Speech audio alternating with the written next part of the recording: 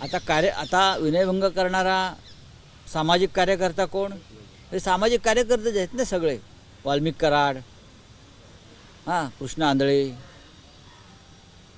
धनंजयराव मुंडे, हे सगळे पक्षाचे सामाजिक कार्यकर्ते आहेत. मोठं सामाजिक काम ह्या महाराष्ट्रात त्यानं उभं केलेलं आहे. तर तो जो कार्यकर्ता आहे तुम्ही जो म्हणताय, त्याचा फोटो आज दैनिक सामनाच्या पहिल्या पानावर आम्ही छापलेला आहे विद्यमान उपमुख्यमंत्र्यांबरोबर. या महाराष्ट्रात तुम्ही काय पेरताय सत्तेच्या बळावर, हे सगळे जे आहेत लोक या विचारांचे, हे सगळे जिथे सत्ता तिकडे बलात्कारी, व्यभिचारी, खुनी आणि हत्यारे. जिथे सत्ता आहे तिकडे. आता काल ठाण्यामध्ये आम्ही गेलो, आमच्या गाड्या अडवायचा प्रयत्न केला या गुंडांनी. आनंद दिघे साहेबांच्या आश्रमासमोर एकेकाळच्या, आता तो एकनाथ शिंदेने आपल्या नावावर करून घेतला प्रॉपर्टी, ती प्रॉपर्टी काढवते आपलं नाव टाकलं त्यांनी. आमच्या गाड्या अडवतात, आमच्यावरती तिकडे हल्ला करण्याचा प्रयत्न करत होते. पोलिसांनी तिथे बिचाऱ्यांनी चांगला बंदोबस्त ठेवला. त्यानंतर आम्ही माननीय दिघे साहेबांना पुष्पहार अर्पण केला, त्यांना एक शाल अर्पण केली. आमची पाठ वळता असे गुंड, हे असेच जे रक्षा खडसेंच्या बाबतीत झालं तिकडे, ते त्याच विकृतीचे गुंड आहे. तो हार त्यांनी तिथून रस्त्यावर फेकला, शाल रस्त्यावर फेकल्या. दिघे साहेबांचा अपमान. माननीय धर्मवीर आनंद दिघेंचं नाव घेताना गुरुवर्य गुरुवर्य गुरुवर्य, तुम्ही त्यांच्या गळ्यातला हार रस्त्यावर फेकून तुडवता, फेकून देता शाल. हे काल राज्याच्या जनतेने पाहिलं. तीच प्रवृत्ती केंद्रीय मंत्री रक्षा खडसे यांच्या मुलीचा विनयभंग करणारी, तीच प्रवृत्ती, तोच पक्ष आणि त्याच पक्षाचे महान सामाजिक कार्यकर्ते हे महाराष्ट्र घडवणार आहेत.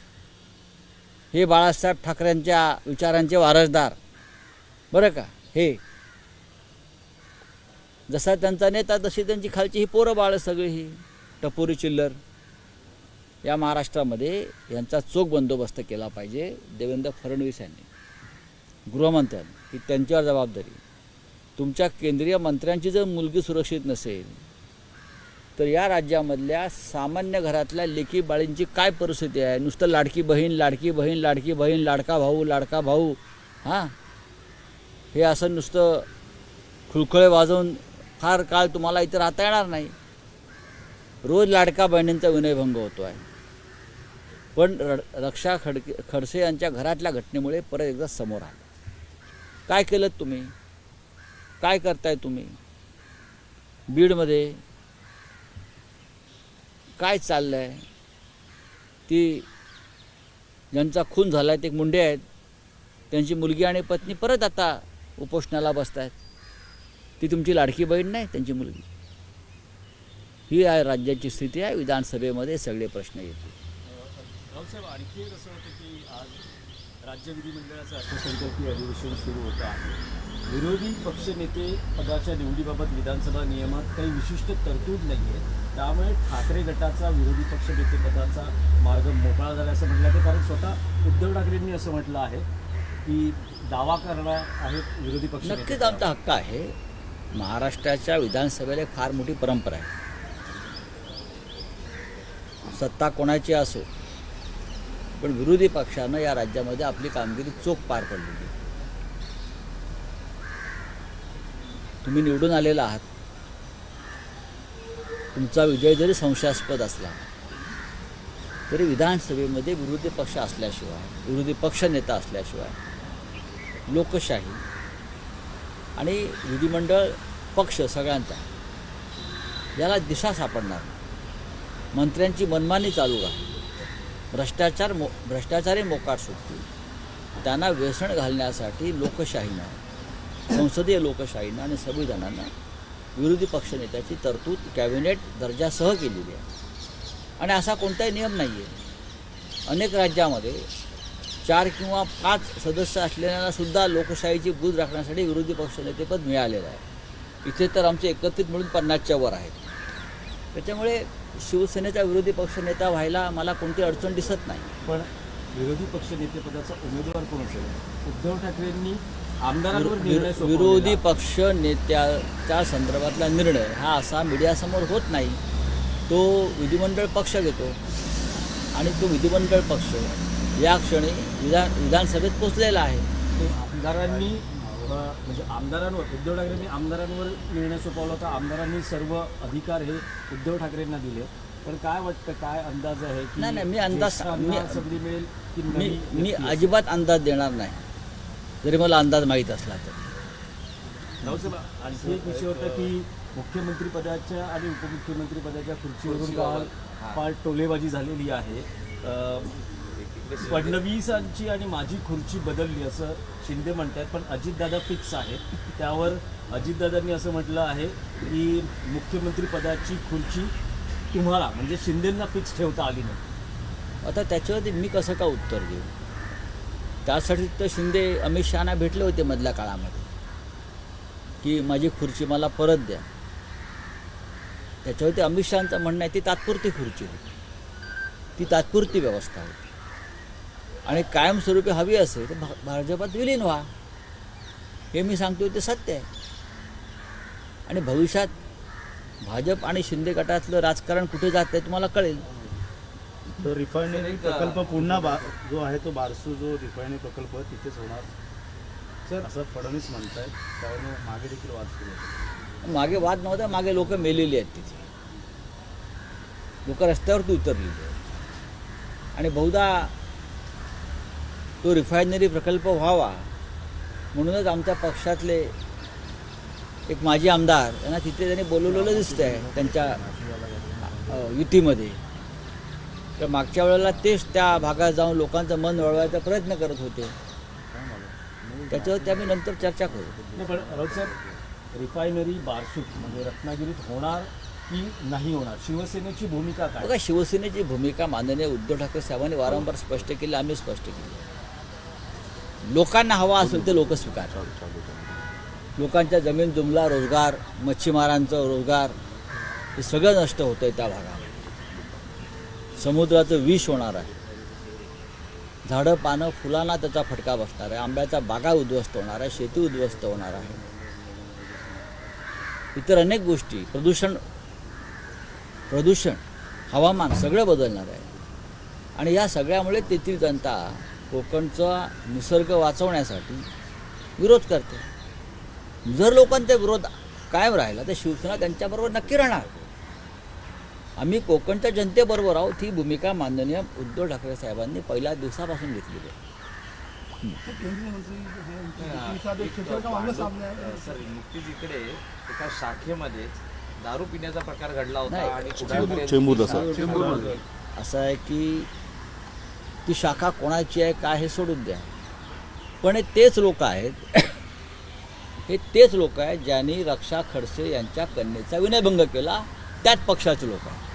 म्हणजे महाराष्ट्रामध्ये काय पोचलं जात आहे, कोणती संस्कृती, छत्रपती शिवाजी महाराजांचे फोटो आहेत, बाळासाहेब ठाकरेंचे फोटो आहेत, बरं का, मला हलक्यात घेऊ नका असे सांगणाऱ्यांचे फोटो आहेत. आणि तिथे काय चाललं आहे, यासाठीच तर लोक पक्ष सोडून चालले आहेत. हा जो गाळ चाललेला आहे ते त्यासाठी तर चाललेलं आहे. हे सगळे बाटली बॉय आहेत. रावसाहेब, आणखी एक आहे की जी माहिती मिळते आहे, जे मर्सिडीज आणि उद्धव ठाकरे असं विधान नीलम गोरेंनी केलं होतं. जी माहिती मिळते, नीलम गोरेंनी उद्धव ठाकरेंना फोन करून दिलगिरी व्यक्त केल्याचं कळतं. अनावधानानं नाही, मला माहिती ही नाही. स्टेटमेंट माझ्याकडे उद्धव ठाकरे यांनी त्याबाबत काय स्पष्टता दिलेली नाही की बाबा मला अशा प्रकारचा फोन आला आणि त्यांनी माफी मागितली. माफी असं फोन करून मागता येत नाही ना. तुम्ही जाहीरपणे विधान केलेलं आहे, तुम्ही जाहीरपणेच माफी मागितली पाहिजे किंवा ते मागे घेतलं पाहिजे ना.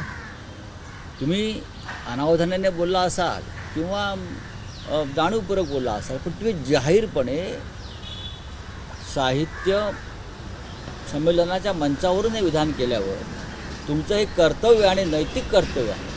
तुम्ही त्याच जाहीरपणे उद्धव ठाकरे साहेबांची माफी मागायला पाहिजे. सर, माधवी बोस यांच्यावर कोर्टाने गुन्हा दाखल करण्याचे आदेश दिलेले आहेत. केंद्र सरकार बोले मी आता हिंदीमध्ये विचारतोय. हां, बोला. बहुत ही गंभीर है. केंद्रीय मंत्री रक्षा खड़से जी की बेटी के बारे में जो छेड़छाड़ का मामला हुआ है महाराष्ट्र में, ये बहुत ही गंभीर मामला है और बार बार हम तो यही बोल रहे हैं ना, महाराष्ट्र में किसी भी प्रकार की लॉ एंड ऑर्डर नहीं बची। पुणे में एक महिला के ऊपर सरकारी गाड़ी में बलात्कार की कोशिश हो गई, उनके ऊपर रेप हो गया। दर्द इस प्रकार की घटनाएं चल रही है और हमारी जो पूरी सरकार है, गृह मंत्री है, वो राजनीति में दंग है, बिजी है।